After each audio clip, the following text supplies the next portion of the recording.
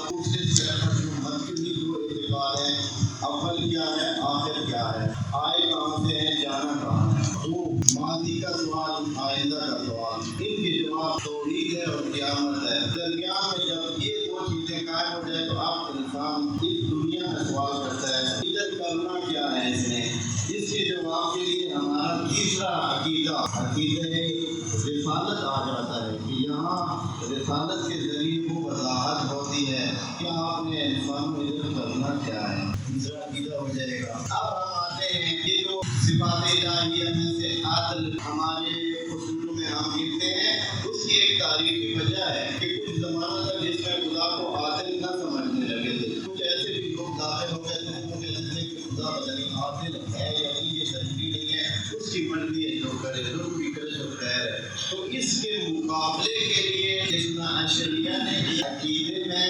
عدل کا اضافہ کیا۔ ویسے عدل صفت الہی ہے، خود علیحدہ حاصل نہیں ہے، خود توحید کی ایک سر ہے۔ اس کے بعد رسالت کے بعد چونکہ ہمارے عقیدے اور بیانیے میں امامت کی جگہ ہے، تو وہ بھی ہم نے ان کے لیے جن کو سمجھ نہیں ہے وہ بھولے سے ڈائریکٹ رسالت سے قیامت تک چلے جاتے ہیں اور بھول جاتے ہیں کہ درمیان میں امامت بھی ہے، اس کو تاکید کرنے کے لیے وہ بھی ہم نے ساتھ رکھا ہوا ہے، اس لیے کہ بھول نہ جائیں، کیونکہ انسان بھولتا جلدی ہے اور دیکھیں کتنے لوگ بھول گئے۔